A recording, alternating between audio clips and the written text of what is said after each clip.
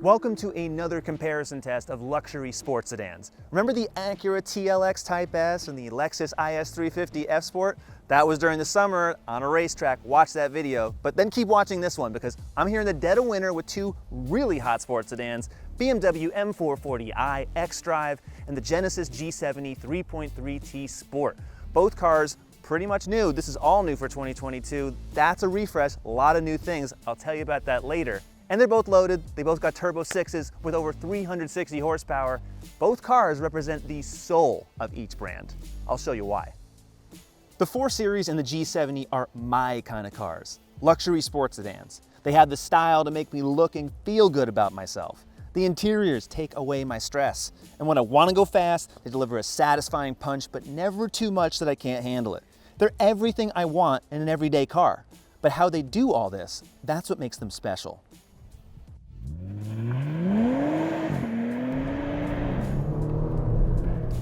The reason why you buy one of these cars is the 6-cylinder engine. The G70 just straight up pulls.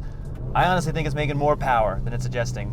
It says 365 horsepower and 376 pound-feet of torque, but good Lord, because when you have to actually slow down and drive quietly, you can handle it for just a little bit, and you crank it back up. And even if you don't even put the accelerator down that far, it sounds good. There's a new tuned exhaust for 2022. It's not fake. They have a fake sound in here that you can adjust, turn off. I've turned it off. So the sound that you're hearing is actually the real exhaust. So they've actually physically changed it to get more of that sound through the cabin. That's something I really appreciate. It doesn't burble, it doesn't pop, it doesn't do any of those trendy things that a lot of cars and aftermarket tuners are now adding. It just sounds good all the time. Every G70 that I've driven has had this twin-turbo V6 engine. I know there's a 4-cylinder option. A lot of buyers do choose that one. Good for them. Spend some more money, and it's not that much more money. A few $1,000s, get this one, because this is what elevates the G70 to a proper, true sports sedan. And when you compare it fully loaded against that BMW, really against almost any other competitor, it's hard to ignore how much you're getting with this car. And the thing is, you're not trading things away to get all the good parts. It distills everything you want in a sports sedan, but you never feel shortchanged. I certainly don't. It's 17 city, 25 highway with all-wheel drive, or 18 and 27 with this rear-wheel drive car. It goes without saying that any money you save in this Genesis versus the BMW, well, erase it when it comes time to refuel, because this thing drinks. Acceleration on this car is nothing short of explosive. I don't even want to look away right now. I'm not going to tell you how fast we're going. Just know that it gets you there very, very quickly. They definitely have retuned the transmission settings on this 8-speed automatic. I thought it lagged behind a bit in response before. Now it is just snapping off the gear changes. And there's a new mode, Sport Plus. That was not there before. It's even faster. What's interesting though is that it will disable the traction control, which is not ideal on a cold winter day like today. This car has all the hardware to back up the looks. It's got the limited slip differential. It's got torque vectoring, which uses active braking.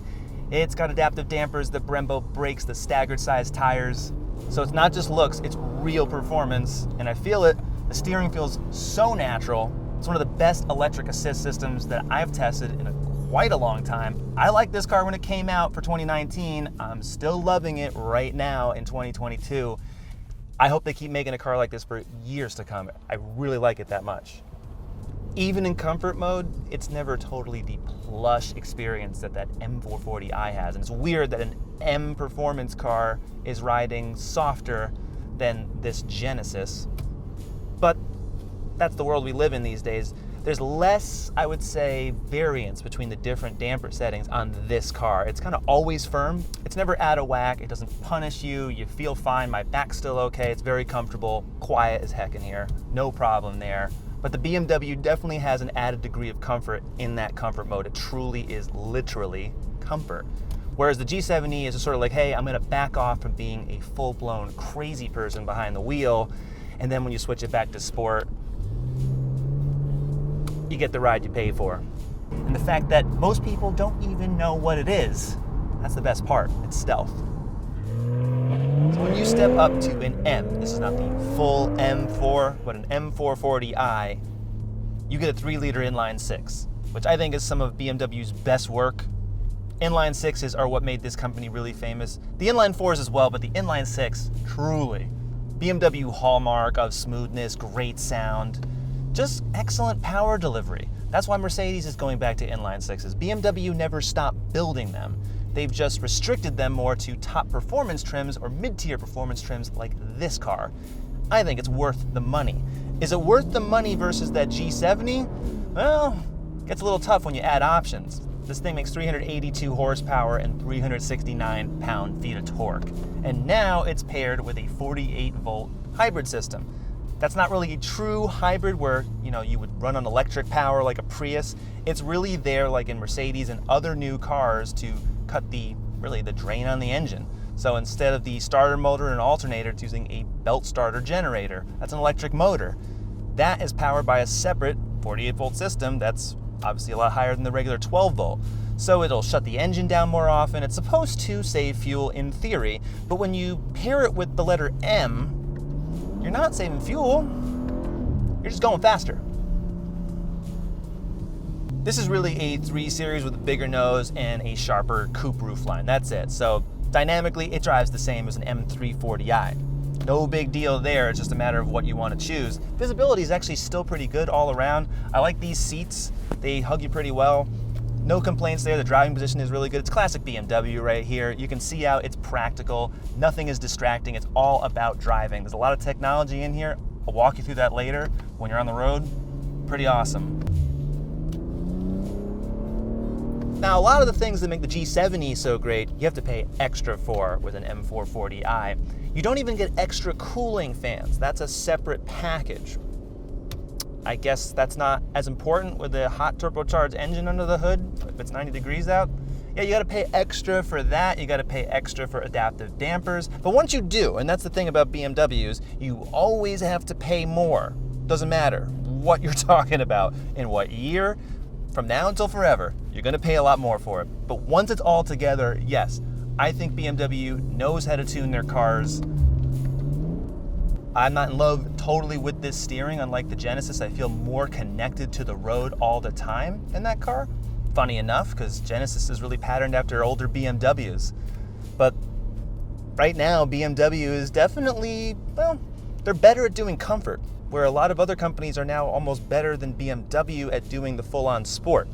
So, not a terrible thing, but totally a different driving dynamic than what older BMWs were like. I can say, though, that once you're off a regular road, I've taken these cars on racetracks. BMW does that several times a year with a lot of journalists. And I gotta say, these cars are very, very capable. They're balanced, and when you see what they're capable of doing, I honestly walk away every time very impressed. On the road, it's a different story because you're not gonna be hanging the tail out.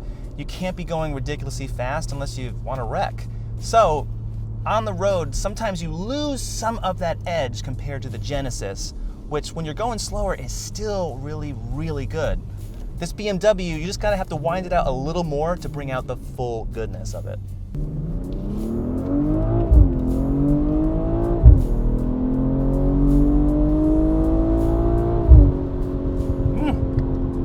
M-Performance exhaust comes standard on the M440i.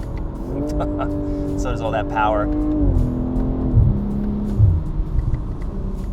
When you get the M440i, it only comes with all-wheel drive, where on the Genesis, it's another option, costs a couple grand. No big deal there, but more performance certainly with all-wheel drive all the time. This is still a rear bias layout, so that means that it's still gonna feel very tail happy. That's what BMWs are all about. Nice neutral handling, balanced handling. Another check mark in this BMW's favor is fuel economy. 22 city, 29 highway, 25 combined. With all of this power, compare that to the Genesis. The Genesis is a heavy drinker. The BMW, especially with this hybrid system, is totally saving fuel. The brake pedal here is just a little soft to my taste. Maybe people have been pounding the brake pedal. I don't know, but I like the one in the Genesis a little bit better. Performance driving. The 4 Series and the G70 can do that all day. But do you want to keep them for more than a hot night? For the long term? Because what I see here are some big noses, fat tires, and a very fat wallet to keep them both running. Now's your chance. Throw some shade on the BMW, type your comments. Everybody's done it. I'm gonna go out there and say BMW's bold, and I actually like what they did. They're bringing back some history here from the 1930s that they haven't had in a long time. On this car with these very tall nostrils, yeah, it can be a little awkward if it's bisected by a license plate. So if you have a front plate law in your state, I don't know, throw it in the back seat or something. It does not look good on this car. But if you have the right shade, this is San Remo green metallic, it's really pretty. In person, give the 4 Series a shot. That's all I'm gonna say. Is it as striking as that G70 all around? No. The G70 isn't a traditional beauty, but this face is the one I wanna wake up next to in the morning versus the BMW. It's got this home plate grille covered in chrome. It reminds me of a Bentley. It's pretty attractive. It even has a grille emblem that looks like a Bentley right above it, or is that Aston Martin? No one really knows what Genesis is, so when you drive one of these, you get questions, you get stares. Especially these headlights, no one's doing them like this. They bisect with the turn signals, they're double bar. It's a really, really unique design, and overall, the stance on this car is more sports sedan than BMW is. Passive aggression is what these cars do best. The muscle underneath is shadowed by their conventional bodies. You see 4-door sedans, but I see low hoods, short overhangs, flexing body creases, hips, tight rears, large wheels that fill the fenders, thin profile tires, and lots of detail, like the BMW's pointy race mirrors that come off cars like the M4. The G70's strakes on the hood that make the car feel wider. When you wear a good-fitting suit or dress, doesn't it make you feel confident? That's the goal with the G70 and the M440i. Both cars sit pretty from back here. 4 Series has the same lights you'll find on the coupe and the convertible. On the G70, you'll notice some changes. Genesis is now spelled out across the trunk lid, the license plate moves down, the exhaust tips are bigger, and these taillights, they echo the headlights. They're bisected, they've got those really cool turn signals in here. Subtle differences. Really nice use of space and proportion, especially on the inside if you get the BMW, because this is not a trunk, it's a hatch. That means you get almost 17 cubic feet behind those seats, over 45 when they're folded. Over here, well, you'd be lucky if you even get 11. It's a tiny little trunk. The G70 is a 4-seater, but barely. It's not that I don't have a ton of headroom. I hardly have any toe room. I'm like wedged into this car. This is how the 3 Series was several generations ago. And thankfully, if there's no one seated up front, there's a little control here. I can bring it forward. Pretend like I'm in a 5 or a 7 Series or the new G90. But let's face it here, it's really comfortable. These seats are really nice. I love the diamond quilted pattern, but unless you're, sleeping in a bunk bed, you're not gonna wanna sit in these rear seats. It's less ornate back here than the G70. The seat cushions are flatter. There's no diamond quilted stitching anywhere like that. Not even contrast stitching. But considering this is the 3 Series coupe, that's why they call it the 4 Series Grand Coupe, I feel like there's more room in here in the G70. It's not as tight as you would think back here. But you buy a G70 to sit in the front. And you also buy it for these red seat belts. At least I would. I love how this looks. But aside from that, you get a 10-inch touchscreen. It changes that old Kia head unit they had before. The graphics are updated. The interface is much better. Otherwise, the dash is basically the same. It's a simple cabin layout. It's not distracting. I got a row of buttons, vents, everything angled toward me. It's very much like BMW, right?